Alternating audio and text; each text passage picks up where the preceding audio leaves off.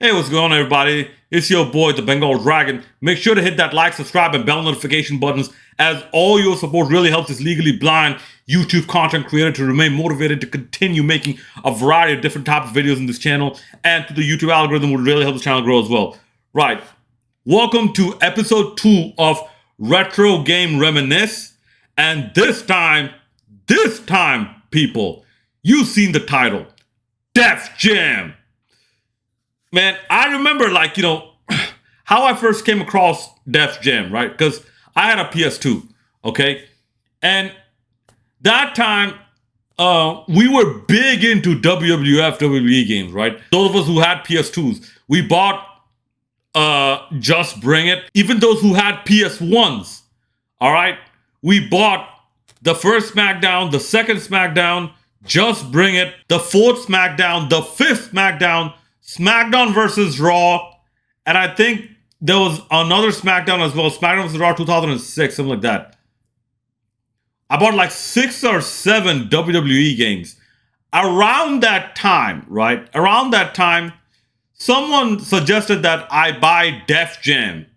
It's like a different fighting game, okay? And I first bought Def Jam Vendetta, okay? The one that starts with the V symbol, okay? And the one that starts with the DMX track, where my dog's at. And I've seen this new, darker tone to a wrestling game, all right? And it featured a lot of people that I didn't know and some people that I knew, because I was in the Middle East back then, right? I was living in Abu Dhabi. I knew DMX, I knew Ludacris, because I used to hear their songs. Their songs were really big. In fact, one of my friends, he started a conspiracy theory. He thought that DMX and Ja Rule are the same people. All right? Looking back, yo, man, that's one of the most stupidest shit to say. DMX and Ja Rule, the same people. We might have heard of a few other people as well who are on Def Jam Vendetta. But basically, they were all pretty much rappers. All right? And yeah, it was a fun experience, a bit redundant, but still, it was a fun experience. And they threw in the story mode and the cutscenes and the eye candy and whatnot. I think like Christina Milian, was she in it? Yeah, I think she was in it.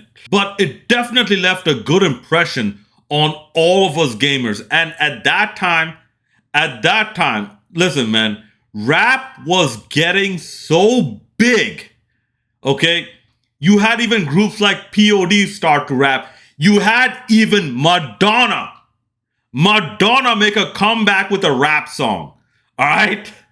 Okay, that should give you an idea how big rap was at that point, okay? So Def Jam Vendetta, man, very, very fun experience. But yeah, like I said, it gets repetitive because it's the same ring using the same fighting dynamics.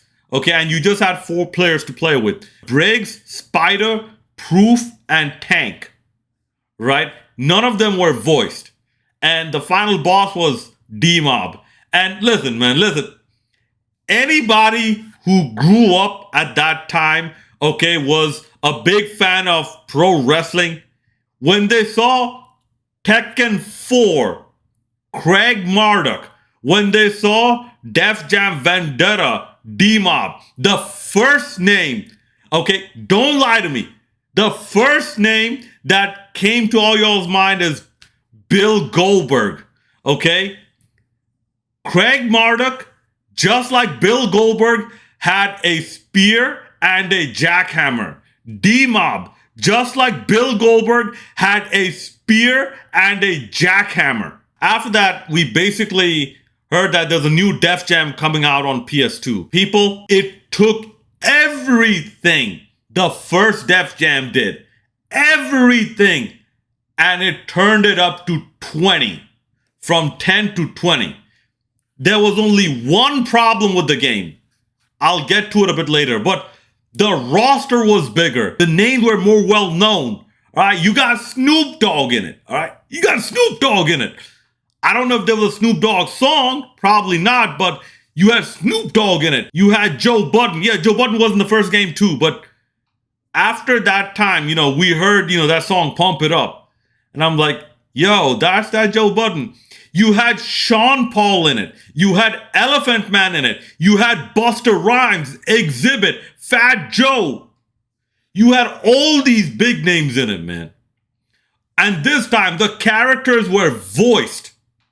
Okay, and this time the characters were customizable. Okay, and this time you got to play as other characters. You got to play as your gym instructor. Hell, you got to play as Manny as well, who was part of the story in a side character capacity. Basically, someone you go to for getting your tasks done. I can't explain what a fun and interesting experience Def Jam 5 for New York was. You had different types of matches, all right?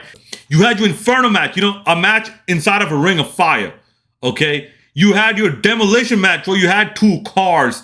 You had your ring pro wrestling match. You had street fights. You had matches in a subway where you could do basically a Mortal Kombat 3 fatality, okay? You could throw somebody in front of a moving train, okay?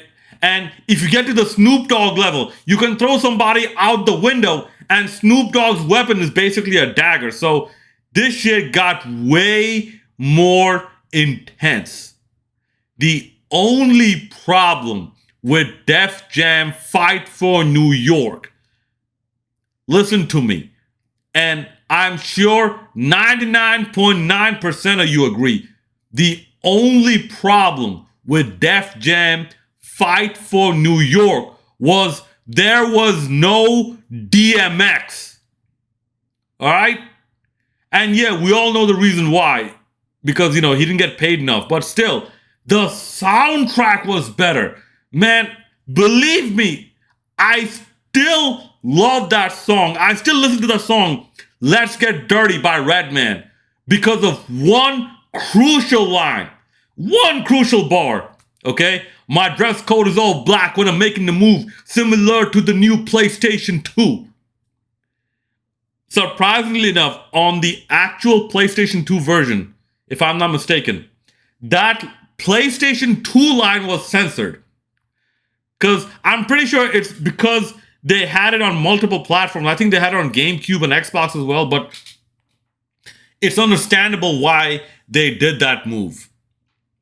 But oh my God, the story was more engaged. This time, D-Mob was the good guy. Snoop Dogg was the bad guy. Okay? You had, I believe, maybe even more women. I'm not too sure on this, but you had Carmen Electra and Lil' Kim. All right? Okay, this game was the freaking heavyweight, man, of the series.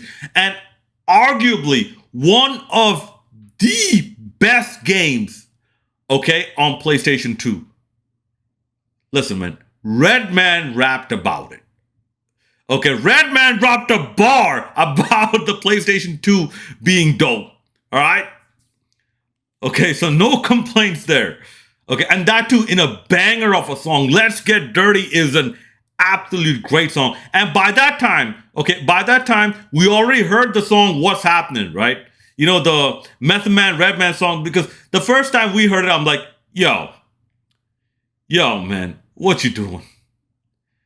What song are you sampling? You think we won't figure it out? I'm like, brother, this is Dum Maro Dum. This is a 1960s or 1970s Hindi song. But still, the song was very, very good, man. Okay. Soundtrack better, fighting styles better, replayability better, roster better. Only problem, no DMX. And then we got Def Jam Icon. This is on the Xbox 360 when I played it. Okay. And the first thing that came to my mind is, oh my God, this game is so slow. It feels like everything is in slow motion, man. I'm like, what the hell is this game? I mean, I played it for the sake of just completing it and seeing where the story goes. There's like some crooked CIA or FBI agent or something like that. I'm like, yo, I couldn't even connect with the story, man. The soundtrack, you got some songs from T-Pain and whatnot. And listen, man, it honestly, it feels green screened, okay?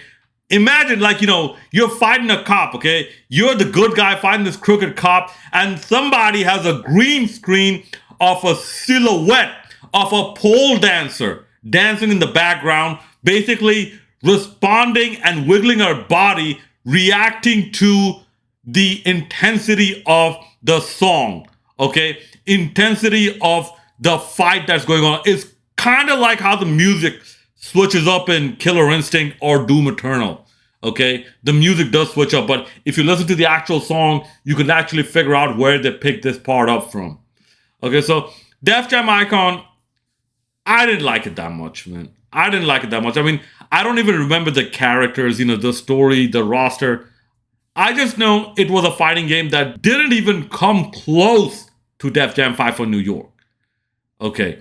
And then you had Def Jam Rap Star. You had Meth Man and Redman. You had Blaze and Doc actually promote this game, saying that, yo, they want to be rap stars. They want to be Def Jam rap stars.